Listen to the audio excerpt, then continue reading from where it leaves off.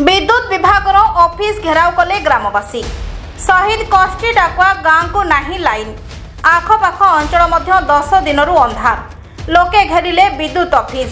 Nayagarh जिलार नुआगाँ block अंतर्गत जाकेड़ा पंचायत 7 गाँ लोक मैंने 57 नंबर जातीय राजपथर पार्श्व बसिले धारणा लाइन देले उठिबु प्रतिवाद कले। वर्तमान अंधारे बिचुची जीवन असहाय होची जंत्रणा। केतेबेले हाथी उपद्रव, केतेबेले रहुची जीवजंतुंक भय एवं बाघ भी बुलुची राति रे। किंतु एटी कहिबाकू गले 10 रु ऊर्ध्व दिन हेलाणी एटी अंधारे रहउछंती ग्रामवासी।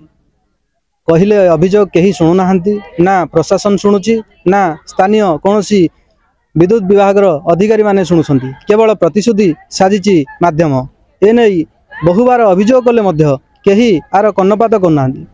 यह देखा मिलूँ नयागढ़ जिलार नुआगाँ ब्लॉक अंतर्गत जाकेड़ा पंचायतर आदिवासी बहुल अंचल, जहाँकि 7 रु अधिक ग्रामवासी एटी उपस्थित अच्छा, किंतु बारंबार अभियोग सत्वे मध्य कौनसी पदक्षेप नौना।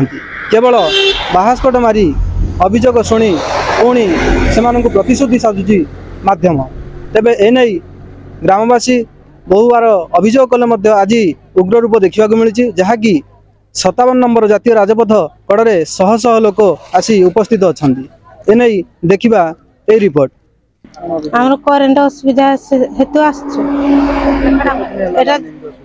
आसे है जाकड़ा पंचायत कौन कहते ऑफिशियल लोक माने कहलु बुझिलनी से आसलु आ एबे कौन कहते जिबे ना केमदी कोन करिवे। करेन्ट छाड़िले जाई गाँ को जीवु नहले एटे बसिबु ऑफिस आगे।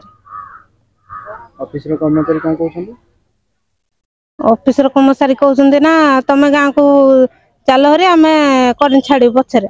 करेन्ट गले ही गाँ को जीवु आमे नहले जीवुनी ऑफिस रे ही रहिबु।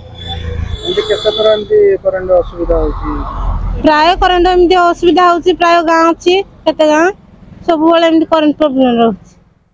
भाइयों भौणी मान को नमस्कार। आम आसचु जाकड़ा पंचायत रु आम 5 खंड मौजारू महिला माने सब आसिकी ऑफिस रे पहुँचीचु। आउ मासे करेन्ट आमर बंद है। आउ कौन सी बाबद आमर करेन्ट बंद होची। बाघ भालू सबू आमे करेन्ट केमती चलिबो राति अंधारे आपण माने कहंतु। ऑफिस रे जो लोक गुड़ाक अच्छी से आमे आपत्ति कलु।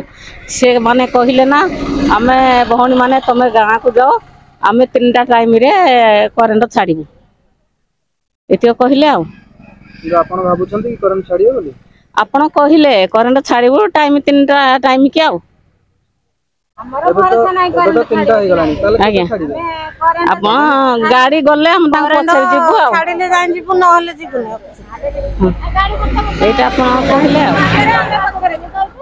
आपण आम कथा कोन तुम विश्वास रखु नाहंती कि एमिति बोली सारे कहिले। आ असुविधा रे केमति चली नाइ ने पूरा मास हलानी नाही करक कागो अभियोग करथिला काको अभियोग करथिला। सरपंच को तो कहिलु जे हाउ सीधा आइलु हेट ऑफिस के। आ केते दिन हला अभियोग करथिले मास हलानी पूरा नाइ नाही करक नाइ केले जाउ नांदी नाइ पूरा के हला आसीनाती नाइ किया तो पचार नाते। एबे केते जण लोक आसंदे एठी हम गाँव आसीचु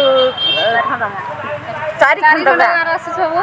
एबे अभियोग कला पर कोन कहउछंती सब ताके कहउछंती जे नाइ नि जिबे तमे पळो गाँ को जा जिबे। आपण माने कोन चाहुछंती आमे नाइ नि हले जाई जिबो। देखिया को बाकी रहिला केबे लोक मानकर समस्या समाधान हबो ना यही परि भाबे केवल दिन पर दिन बीती चलिबो। नुआगाँ रु दीपुरा ब्यूरो रिपोर्ट संपर्क टीवी ओडिशा।